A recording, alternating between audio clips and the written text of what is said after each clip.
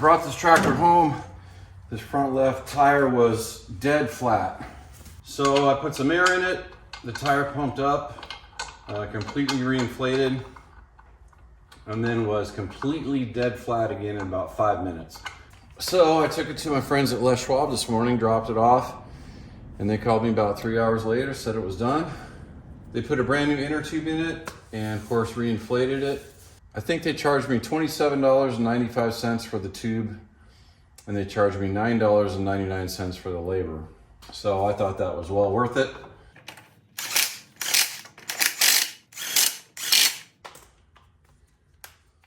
And it turns out this rear right tire is also leaking air. But the good news is I just noticed that there's air leaking out of the valve stem. I just don't want the whole weight of the tractor on this rear tire when I'm deflating it. You know, I just don't want it to go completely flat and come off the rim. So that's why I jacked it up. All right, let's get the stem out and replace it. Oh man, it was super loose. Why was it super loose?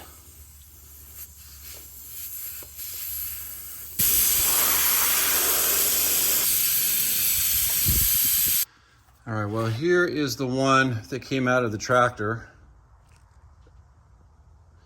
It looks brand new to me.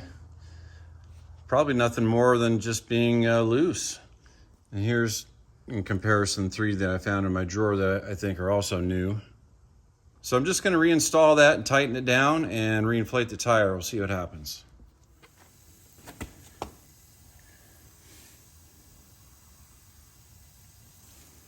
And you can see how it's slotted on both sides. That's how this thing is supposed to work. And then just twist it in. This time we're gonna make it good and snug.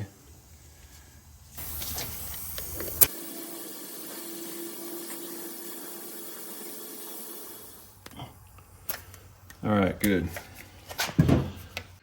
All right, we're gonna spray some soapy water on this, see if we get any evidence of air coming out.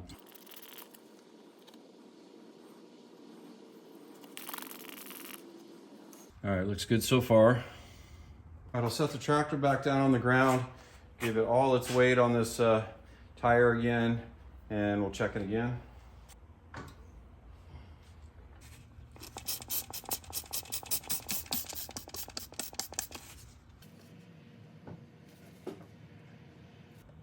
All right, we got about 19.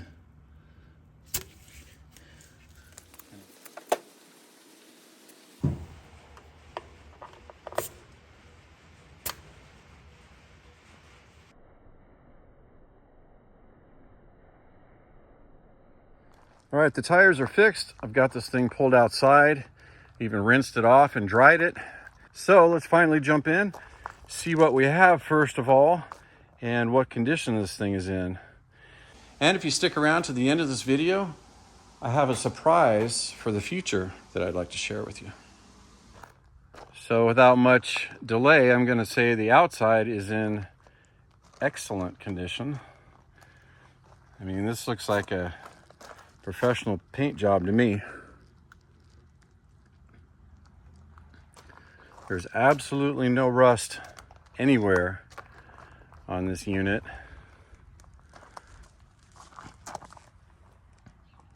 I'll just give you a walk around here first.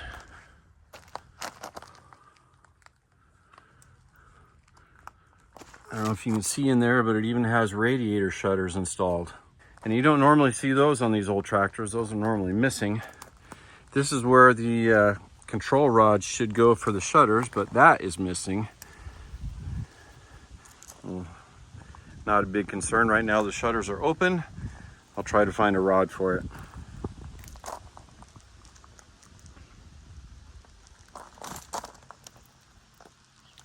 As you can see here, we have a magneto ignition.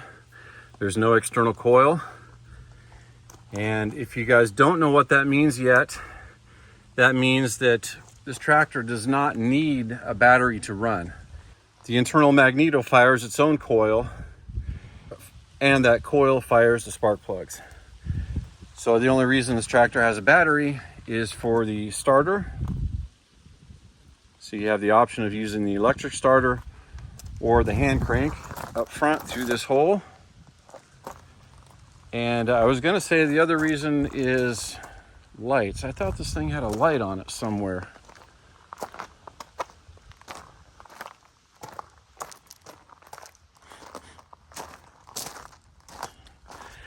I guess it does not.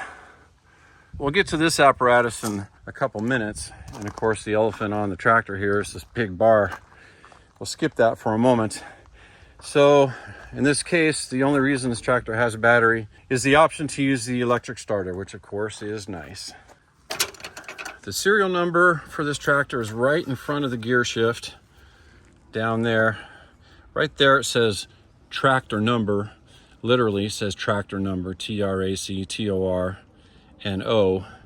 And then below it, that's where the serial number is stamped. And it is super duper light stamping. It's very hard to read. It probably took me 10 minutes. I had to take a photo of it and then zoom in on the photo and sort of decipher it. But I did decipher it finally, and I believe this to be a 1944 Allis Chalmers Model B. This tractor is a 3-speed with a reverse, and you might notice that the first gear is in the upper right position where normally it's in the upper left position. Of course, they're not all the same, but that's pretty unusual for a tractor of this era to have first gear to be in the upper right position.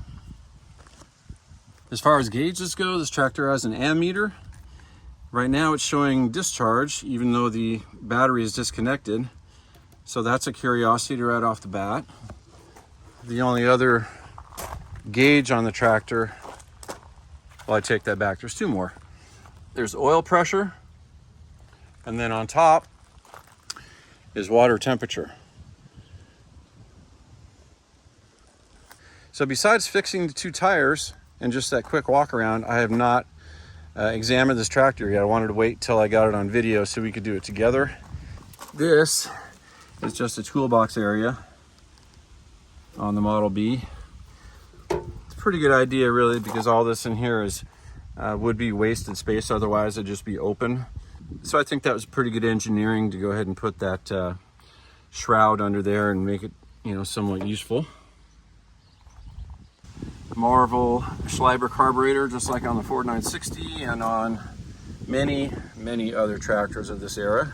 Very popular carburetor, and seems to be a good one. Oil bath, air intake cap here. It's got a stack, sort of like the Farmall Cub, but it does not have a flapper. So I will probably install one of those.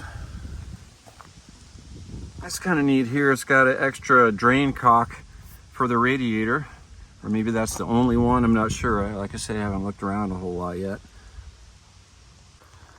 It does have a pressurized coolant cap, which tells me this tractor does have a water pump and is a pressurized system. Yeah, there's a water pump right there. External oil filter, and looks like the engine crankcase dipstick. Up top here, we just have one gasoline fuel tank. That's just oil breather from the crankcase. Just a quick tip for you, if you're ever curious about how long a tractor has been, you know, quote, sitting around, or in this case, perhaps the last time it was completely restored, and you don't know that, one of the ways to at least get a ballpark idea is check the tires. A lot of the tires have date codes on them. That will at least give you something to go by. This one is right there, 13-04. The first two digits are the week, and the second two digits are the year. So this tire was manufactured during the 13th week of 2004. I'm assuming these tires match because of the rest of the condition of the tractor. Yep, that's also 13-04. Rear tires, I do not immediately see a date code on these, but you can tell They still have some flashing to them. So I'm going to make the assumption that these tires are of the same era as the front tires, so we'll say around 2004. And not even all the knobbies have been worn off. So this is consistent with what the previous owner told me. He said he bought this many years ago, then he had it completely restored. And again, it looks like the guy did a fantastic job, at least on the paint and the exterior condition. The previous owner could not tell me anything about the motor, the transmission, the rear end, what got rebuilt or what did not get rebuilt. So we'll investigate all that as well. The previous owner also said that after he got it back from being restored, he just parked it in the shop and never used it. So it's been indoors for perhaps 18 years or slightly less, depending on when it was actually redone. But going by the tires, we'll say 2004. And let me give you another tip here if you haven't heard of this one already. You can almost always identify whether a battery is 6 volt or 12 volt just by looking at it. You don't have to read any of the sticker, you don't have to put a meter on it or anything like that. You can just use your eyeballs, look at the top of the battery, and determine whether it's 6 volt or 12 volt. You may have to pop these lids to be 100% sure. Let's do that. I'll show you what I'm talking about. So this is real simple. This has 1, 2, 3, 4, 5, 6 cells, right? Each cell produces approximately 2.1 volts. 2.1 volts times 6 is 12.6 volts. That's why when you put a multimeter on a fully charged 12 volt battery, it usually reads 12.6 volts, not 12. So let's look back here at a couple more batteries. So right off the bat, this one's pretty easy to tell, right? It's got 1, 2, 3 cells only. Each one of those cells producing about 2.1 volts. 2.1 times 3 is 6.3. So that's a 6 volt battery. This one over here, just by looking at it, usually the ones with the caps like this versus the ones with the caps like this. This is usually 12 volt. And again, we can check real quick just by popping one off. And we see there's 3 cells on each side of the battery, each one producing 2.1 volts. So this is a 12 volt battery. All right, so this will be a test. What do you think this one is right here?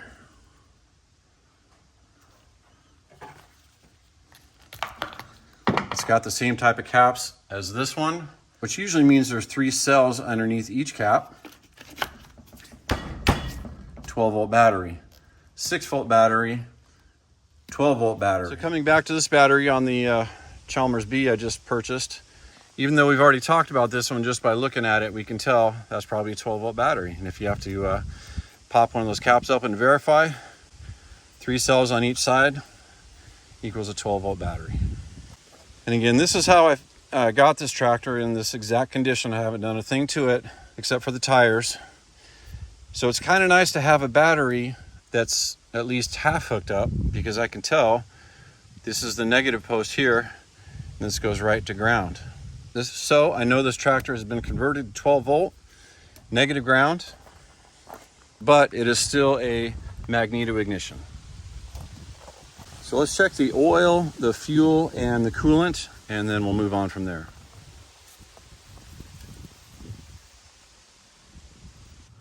So this one is right at the full mark. I'm a little bit surprised about that because this one does have a bit of an oil leak down there that I haven't yet investigated. Let me smell this. Yeah, I don't smell any gas or anything, and it looks all right. So the oil is good. It's certainly at least good enough for its first startup, so we'll leave it as is. Check the coolant. I don't see any coolant in there. All right, off the bat, somebody had some distilled water to it. It only took a little more than a half gallon, so that wasn't too bad, and it's back up to the full level. Let's see if it has any gas, and if it does, what the condition is.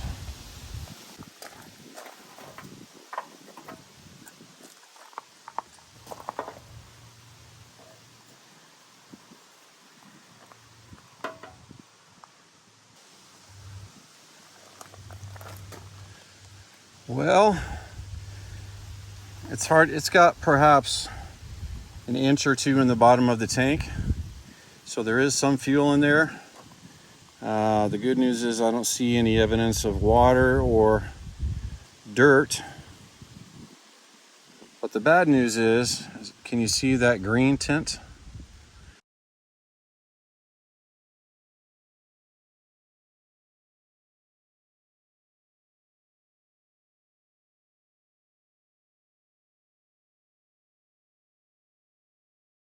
It has a tendency to cause problems with the needles and seats and carburetors. It sort of leaves a sort of a brown, black, gummy type residue when it gets old.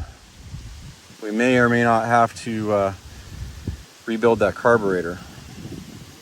All right, continuing with the fuel investigation, I'm going to crack this drain plug open on the carburetor, see if anything comes out and what condition it might be in. She's dry. Let's take a look at this sediment bowl, and we have more evidence here of green fuel. Again, it doesn't appear to be very dirty, but I don't like the color of that fuel.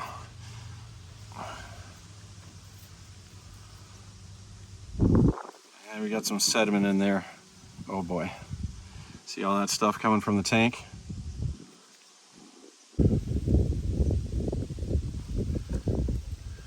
All right, I'm gonna crack this carburetor back open. Now that we've got the sediment bowl valve open, in a healthy system, gas should flow out of the bottom of this carburetor now.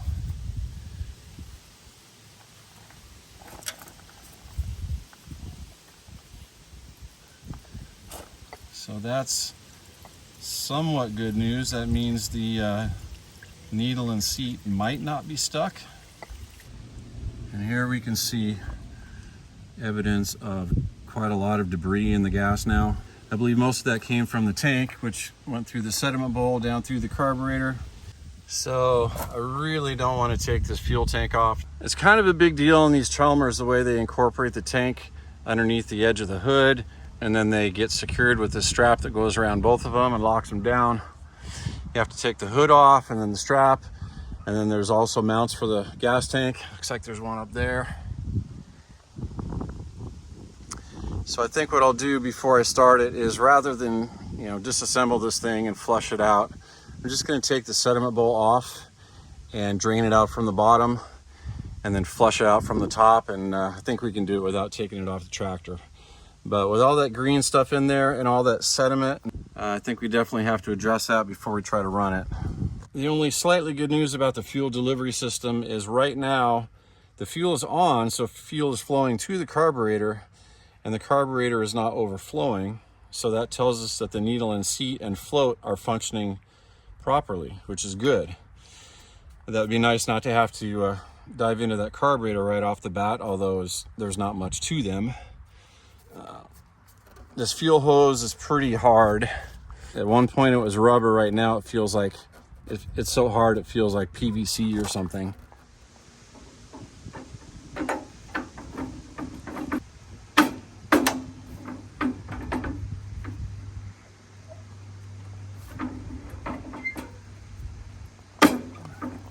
Well, it does turn over, but it feels pretty stiff. All right, place your bets. How many volts do you think this 12-volt battery has? 0.76 volts. Except for a battery reading 0 voltage, this is the deadest battery I've ever seen. Okay, let's take a look at this Sickle bar mower attachment now. Look at this thing. This is quite the apparatus. I have not yet figured how to operate it or move it up and down or anything. Like I say, I haven't done anything yet. I wanted to save everything for the video. One thing that's actually telling is that whoever restored the tractor also did the Sickle bar at the same time, because the paint is also excellent. It's the same exact color. And look at these blades. These blades are all brand new. Never been used.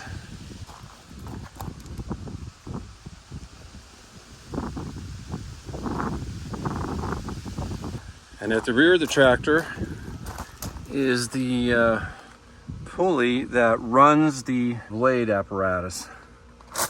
So it does have a belt pulley here, but it's also got this horizontal pulley.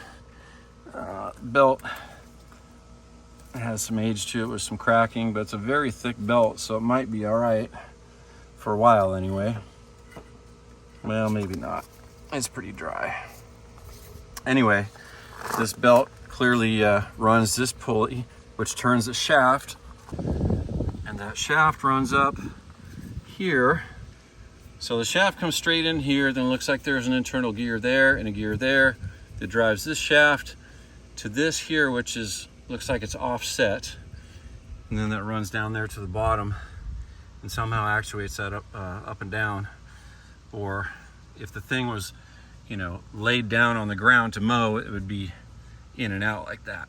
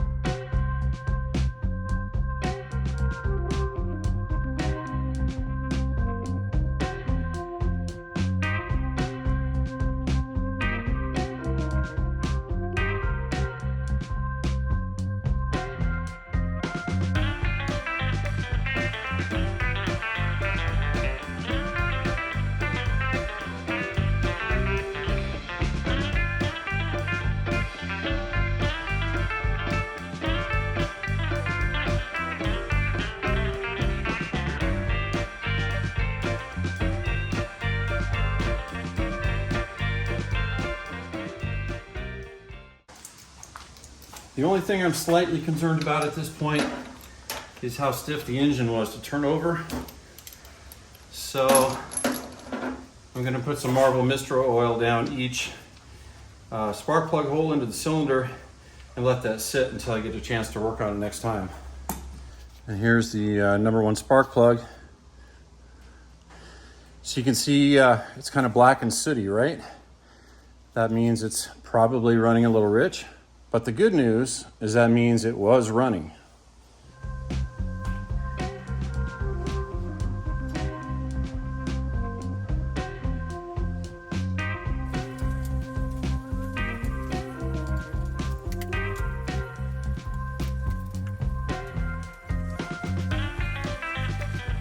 For those who have not used the Marvel Mystery Oil before, you know, it's not a miracle product, but it is a pretty good product, I think. It can be used in your fuel tank as a fuel system cleaner.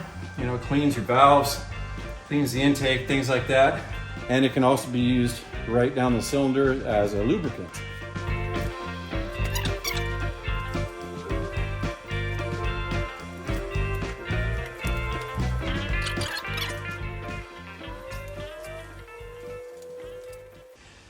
For anybody that's curious about how much I paid for this tractor, I would love to tell you I got it for $350 from a little old lady.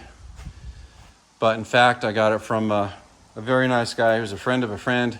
Didn't even have it listed for sale. He just told me, I just found out about it through my friend. Anyway, I paid what I think is retail value for it. Did not pay any more than that. Did not pay any less than that. I think I could turn around and sell it for exactly what I paid for it, which is usually a good place to be when you're buying a vehicle like this. The other thing about this one in particular, so I guess long story short, is I don't think I could go out and find another Allis Chalmers B with a sickle bar mower in near perfect condition for the price I paid for it. It was there, it was available, and I am grateful to get it. So the next video, we'll get into the ignition system, put a scope down the cylinders, probably drain the fuel tank, and then we'll go from there. I do plan to make sort of a mini series of videos on this tractor. I'm not sure how many there will be. It just depends on what I find when I start going through it. So the surprise I promised you all about is the fact that I didn't just pick up this one tractor from the same guy, I picked up two at the same time. The other tractor is basically in the same condition as this one, has a very similar story. Completely restored a number of years ago, then put inside in a shop and never used. So I think I'll save that for a different series of videos in the future. And the only hint I'll give you is that the tractor is red. So thanks everybody for watching, subscribing, liking the videos, commenting. I just do this stuff for a hobby. I'm certainly no expert mechanic, but I love going through these old tractors and sort of playing investigator and seeing what's good, seeing what isn't, and what do I need to do to get them back to operational condition. So I hope you stay tuned for this series of videos, and I hope you'll also stick around for the next series on that red tractor. Thanks for watching. We'll see you next time.